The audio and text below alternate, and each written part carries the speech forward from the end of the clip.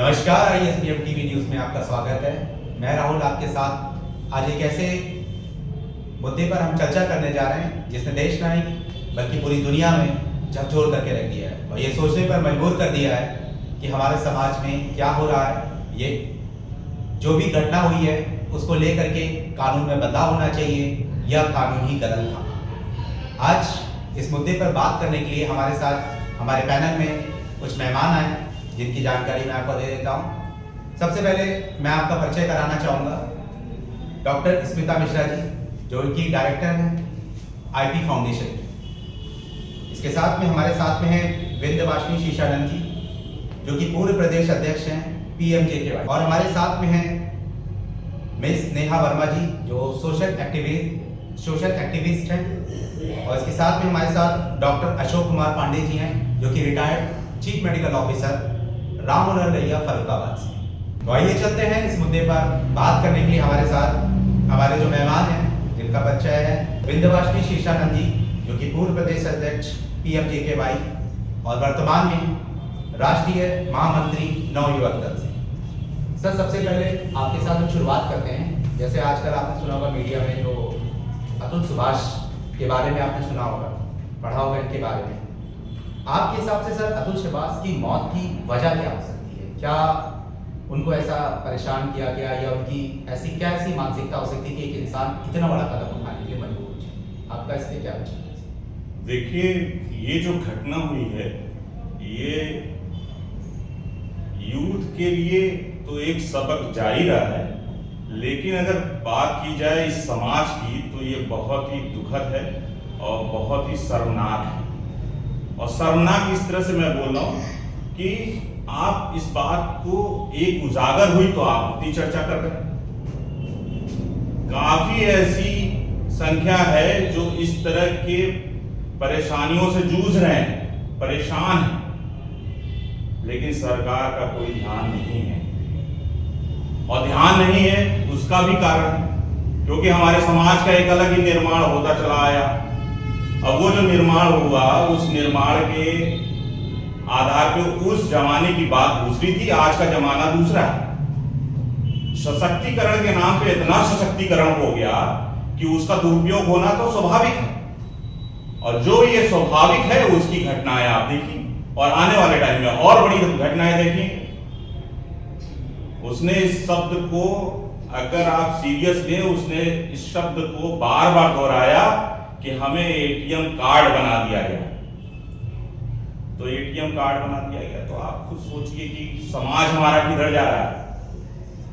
हम जहां जब बात करते हैं कंधे से कंधा मिला करके चलने के लिए महिलाओं और पुरुष को, वहां जब हम एक धारा में ले जा रहे हैं अपने समाज को, यहां जब सरकार को ध्यान देना चाहिए और मुझे लगता है इस समाज को ध्यान देना चाहिए और समाज को इस तरह से ध्यान देना चाहिए कि अब बहुत हो गया, कानून में बदलाव करें, कुछ और भी व्यवस्थाएं सुधारने की आवश्यकता है। उस प्रकाश में हम लोग काफी चर्चाएं बाकी हैं, लेकिन आप अगर पहली प्रतिक्रिया करेंगे तो पहली प्रतिक्रिया मेरी यही है कि एक धारा में समाज चल रहा है, उसमें बहुत सुधार करने की आवश्यकता है। सर, जैसे आपने बताया कि महिला सशक्तिकरण को लेकर के बहुत ऐसी घटनाएं हो रही हैं, मतलब बहुत एक तरफा आपने कहा कार्यवाही हो रही है, तो क्या आप सर प्रशासन की भूमिका से आने वाले समय में इस घटना को लेकर के आपसे संतुष्ट हैं या आपको लगता है कि इसमें बहुत सारी कमियां हैं या बदलाव की जरूरत है? देखिए, हम महिला सशक्तिकरण के विरोध में नहीं। एक मिनट स्टार्ट। विंध्यवासिनी जी, जैसे आपसे प्रश्न हुआ था, अब आप इसके बारे में क्या बताना चाहेंगे? महिला सशक्तिकरण के, मुझे ऐसा लग रहा है आपकी बातों से आप शायद इसके खिलाफ हैं, इस पर आपकी क्या राय है? नहीं राहुल जी, मैं आपको एक बात कहना चाहता हूं, महिला सशक्तिकरण के खिलाफ नहीं हूं मैं ये कह रहा हूं कि समाज की धारा जिस समय इस कानून को बनाया गया और आज का जो समाज है, दोनों में फर्क है। और दोनों में फर्क इस कदर से है कि जिस धारा को लेकर के हम चल रहे थे और जिस समय ये कानून बना कि महिलाओं को सशक्तिकरण देना था, उस समय महिलाएं हमारी अबला थी। आज समाज हमारा दूसरा है। आज हम कंधे से कंधा मिलाए हुए, हमें 40-50 साल हो गए और हम चल रहे हैं। अब जो है दोनों के फेवर में कुछ ना कुछ कानून में बदलाव होना चाहिए।